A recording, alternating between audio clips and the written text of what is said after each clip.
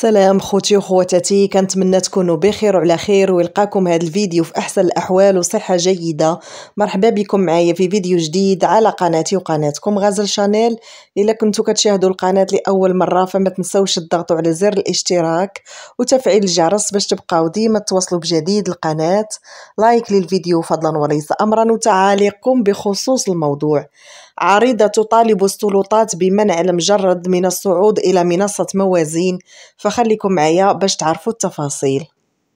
طالبت عريضة موجهة إلى السلطات العمومية بالتدخل لمنع أي حفل موسيقي للمغني المغربي الشهير سعد المجرد، وذلك تزامنا مع قرب تنظيم مهرجان موازين للموسيقى العالمية المقرر الشهر المقبل بالعاصمة الرباط.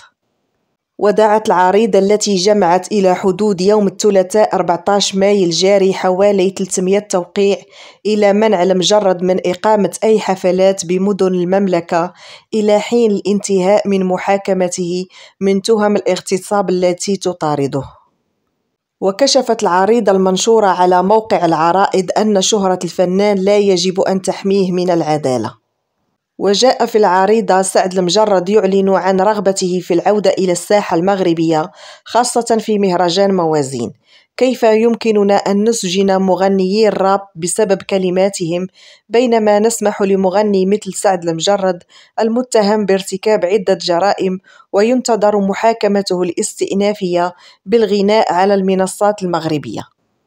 لا يزال سعد المجرد يحظى بشعبية كبيرة ويحظى بدعم غالبية الفنانين المغاربة، ورغم الاتهامات الخطيرة والمتكررة فإنه لا يزال مسموحا له بإقامة الحفلات والحفلات الموسيقية في المغرب، وهذا يعد إهانة للضحايا ويقلل من خطورة جرائمه ويشجع ثقافة الاغتصاب.